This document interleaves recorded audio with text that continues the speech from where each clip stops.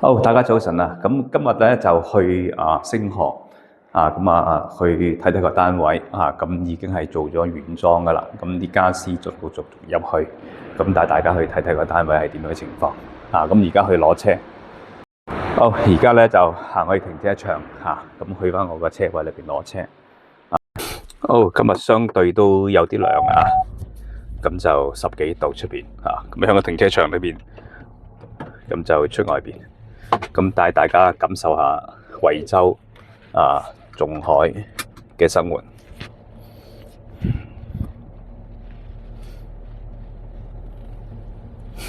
好，個停車場咧，我哋呢個停車場咧較為寬闊咁啲車輛未咁多，咁所以咧我哋之前咧都入手咗啲車位咁方便自己用，同埋有時嚟講朋友嚟嘅時候都能夠多個車位。咁係可以停放嘅。咁我哋喺呢個惠州嚟講咧，基本上都有成10幾20個朋友自己相熟嘅，就喺呢度。咁當然啦，我哋啲客戶都好多喺呢個位置裏邊就淨係喺傾城呢個小區裏邊咧，咁都有成100戶咁往返經常都就喺微信裏邊邊個返咗嚟咁一齊去食飯。咁呢個小區嚟講，嗰個出入都方便嘅。咁我哋都係如果能夠嘅話咧，咁喺國內其實有寬鬆嘅話，可以買台車，咁出入就方便啦。咁如果唔係嘅話，香港人都可以，如果有香港駕駛執照咧，其實攞翻個國內車牌，咁有時喺深圳租車落嚟，咁都非常之划算嘅。咁呢度咧就出外邊嘅小區咁隔離就係 LG 啦，咁 LG 嗰個生產嘅組裝生產基地啦，喺我哋隔離，咁對面嚟講就係呢個係優才優質教學嘅中學啦，咁叫做係宏華中學，咁就係華師附中嘅成員啦，華南師範學院附中嘅成員。咁呢度咧就係啦，咁大家可以睇到個市面嘅情況。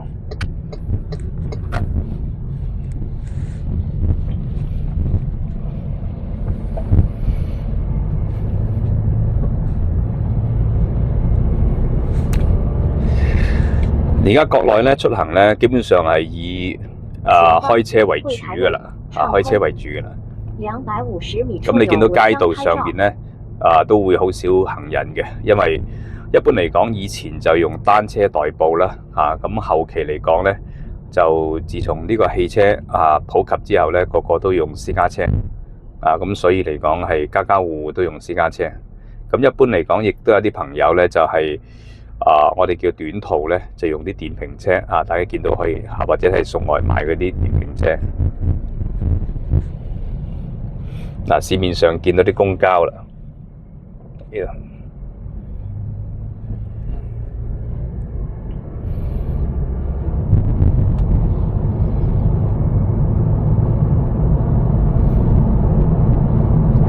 呢度咧個小區咧，我哋咧就係離呢個係城軌站咧相對大約有10分鐘嘅車程嘅咁相對就嗰個小區就較為寧靜，同埋個空間感寬闊咁就如果你話近住呢個係城軌站或者係鐵路沿線咧，個交通網絡非常之繁忙嘅，咁所以就嗰個成個社區嘅寧靜咧就會係差少少咁某個程度都有得有失嘅咁前邊咧就係呢個係惠城區嘅海關啦咁因為點解咧？以前仲海呢個地方嚟講，其實好多外貿或者係好多加工廠嘅，咁所以嚟講佢哋去凡係所有嘅物品出口嘅時候都要做一個封關嘅，咁所以我哋正前左手邊嚟講咧，就係有呢個係海關啦咁而海關嚟講都係稅局海關都係一個地區嘅中心點嚟嘅，咁所以我哋喺呢個片區裏邊大約10分鐘車程咧。咁亦都係去到中心地段咁有生活配套嘅商場啦，有呢個係軌道交通嘅城軌站啦，咁都好方便嘅。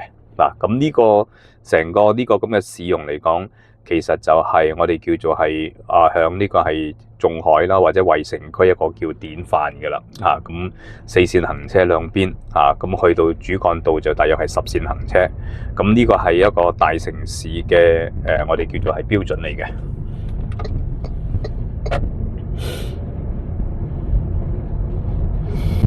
咁大家可以睇到啦，兩旁咧，如果留意到嘅話咧，兩旁嗰兩邊咧都係我哋叫做係向啲大廈前面都泊滿晒車嘅。咁所以嚟講，我哋見到而家車嘅使用量係非常之大嘅。咁而響要解決停泊車輛嘅同時嚟講咧，亦都要兼顧嗰個安全嚇。咁所以響呢個係需求大之下咧，咁好多嘅商場我哋而家都開始係以前免費3個鐘頭，咁而家都去到係1個鐘頭或者半小時，咁就要收費。咁哪怕去到路邊都呈現咗係收費噶啦。咁我哋見到全面收費嘅過程中嚟講，會產生就會對車位嗰種需求啦嚇。咁而響惠州我哋見到普遍嘅交通工具都係車輛嘅話咧，咁出現違泊，亦都係執法得幾嚴嘅嚇。咁係跟隨深圳差唔多噶啦，因為我見到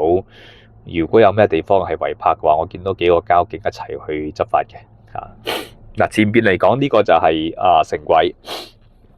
咁我哋嘅右手邊就係 T Park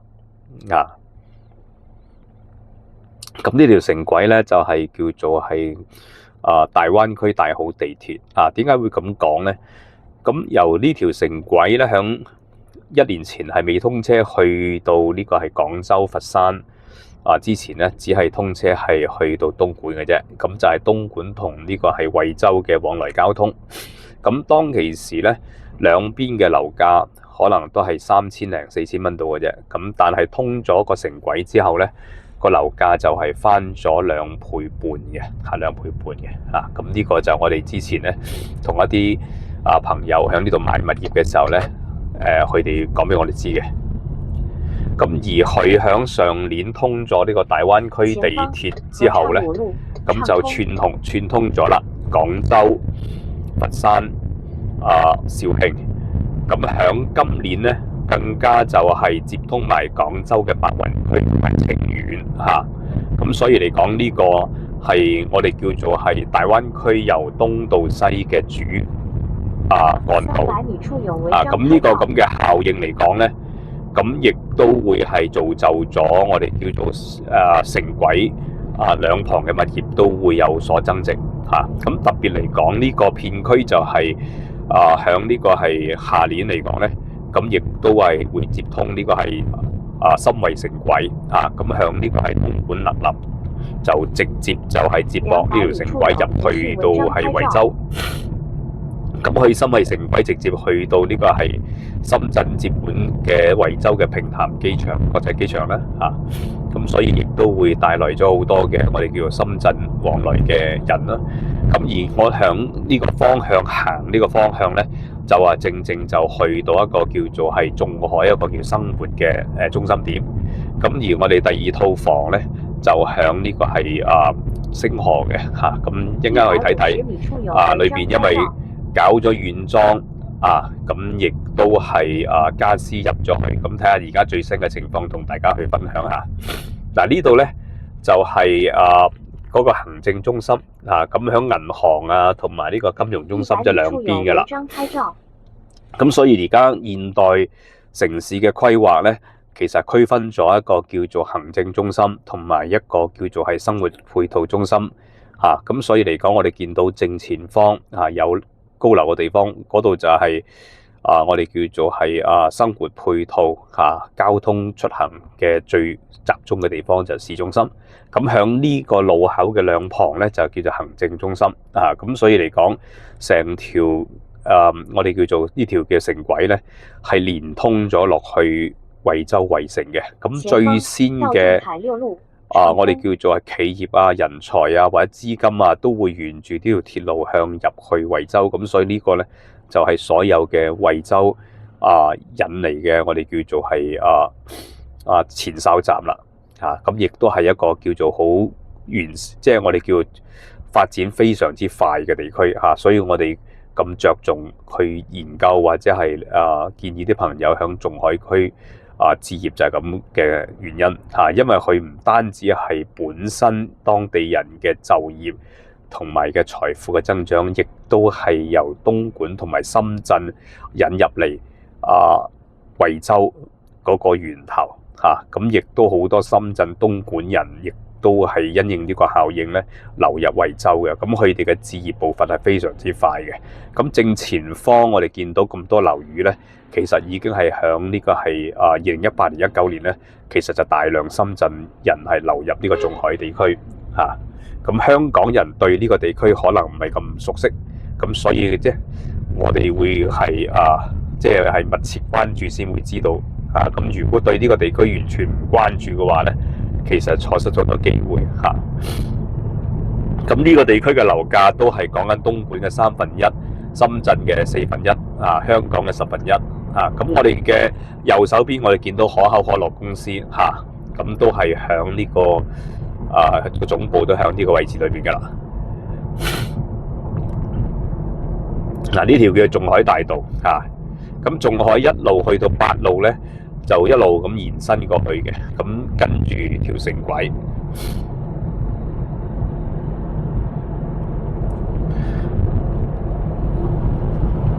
咁呢度嚟講，往來我第一個住宅嗰度咧，大約係10分鐘嘅車程嘅啫，咁打車都係大約10蚊到嘅啫。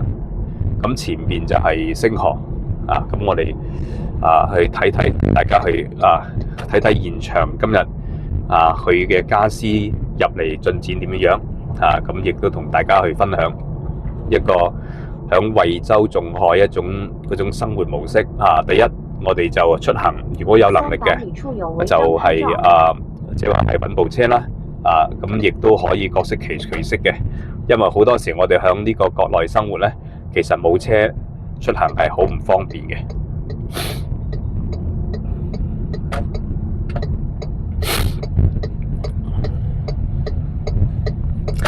前面我哋見到啦，前面呢個屋苑咧就係星河遵義府，咁佢而家賣到咧由1期去到係4期，咁1、2期咧響上年入伙咁而3期嚟講，我呢期咧就係啱啱就響9月份收樓嘅咁9月份收樓嘅時候，咁就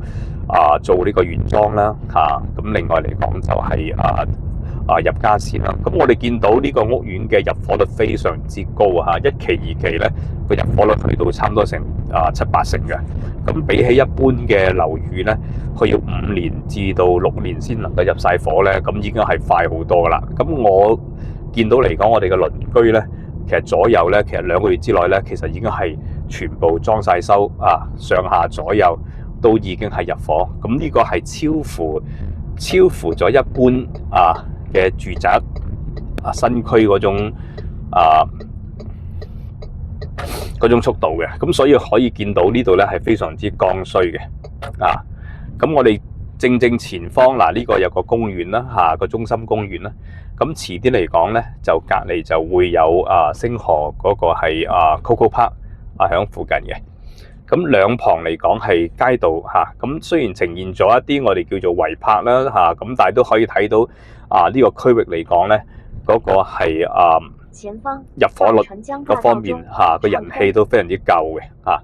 咁我哋正前方就係呢個係2期我哋嘅左手邊就1期，咁我哋嘅右手邊嚟講咧係啦，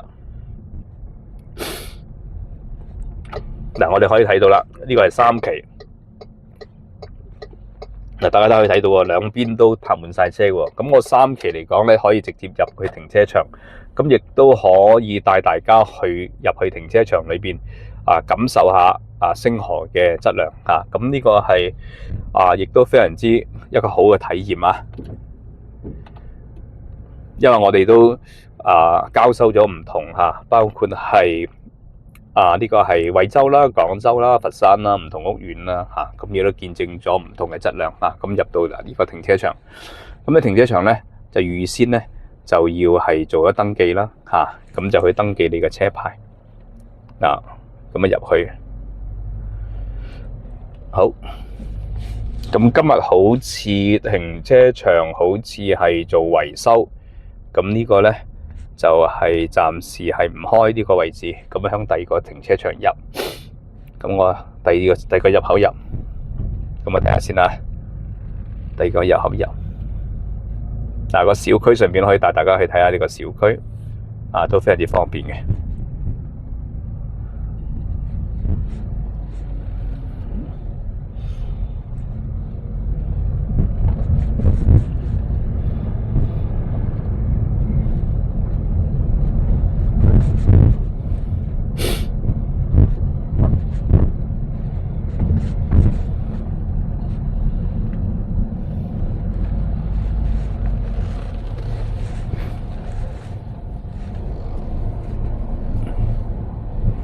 喂，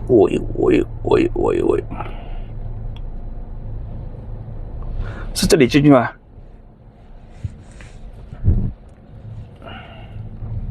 好，嗱呢個，嗱見到小區，嗱因為預先登記咗，咁所以就係啦。咁入到去個停車場咧，咁都可以睇到嗰個都寬闊都寬闊咁我要揾翻我哋一座嘅一座C1。嗱，因為我哋做開停車場咧，對啲停車場咧嗰啲寬闊度或者係個位置都非常之了解咁我哋而家去翻一座。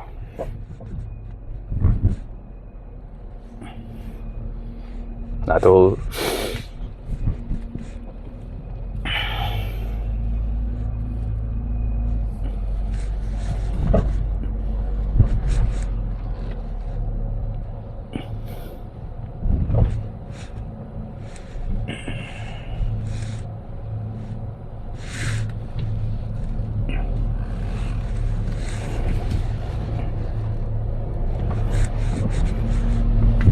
好。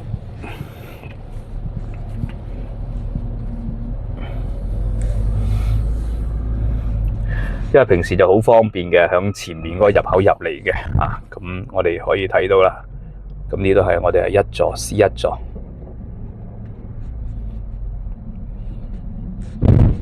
係啦，啱啱整咗。有啲好就拍呢個位。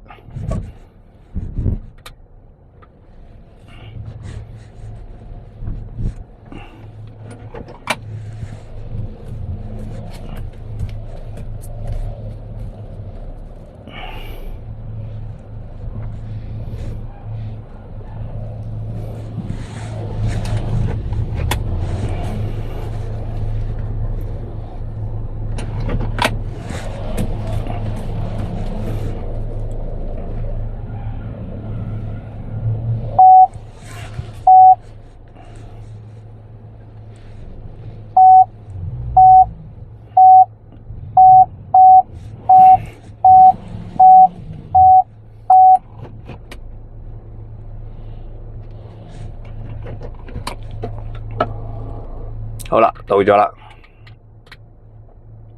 好，咁我哋而家行入去一座咁響呢度嚟講有啲信箱啦。咁響呢個係負一層停車場咧。咁而家改咗咯喎，唔係一個大堂嘅信箱喎，信箱就響呢個係停車場下邊嘅負一層咁我哋見到有信箱嘅咁呢個停車場直入咁 B1咁同我哋一般我哋香港一啲住宅咧就信箱通常響大堂噶嘛。但係而家個個都係揸車，咁所以嚟講咧，個信箱就響呢個係負一層啦咁我呢度係電梯。